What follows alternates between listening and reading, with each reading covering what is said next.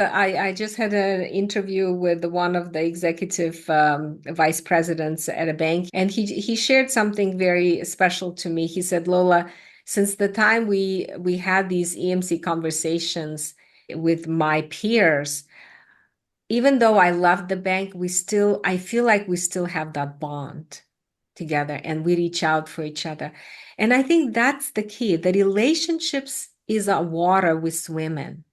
And when people have a chance to repair those relationships, even though they moved on, they feel so much more happier in their life because they have these relationships they can rely on, they can reach to, and they feel themselves happier inside that they had the competence to repair those relationships and they don't have that hole in their heart that have never been mended. So these are so important to people's well-being and vitality. Relationships are the key.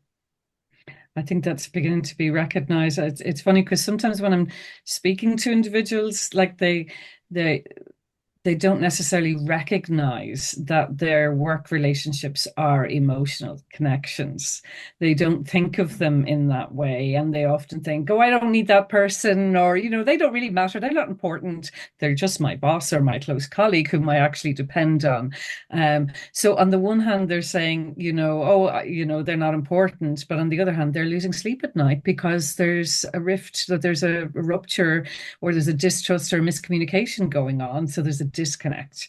Those two things are happening, and I think it can be really helpful for them to realize, okay, maybe it is actually, these are emotions I'm experiencing in relation to that person. Maybe they are important. Maybe they do matter. Maybe I am, the reason I'm losing sleep is because I care. And yeah, and now they have the tools to respond and repair and create a stronger bond with the person.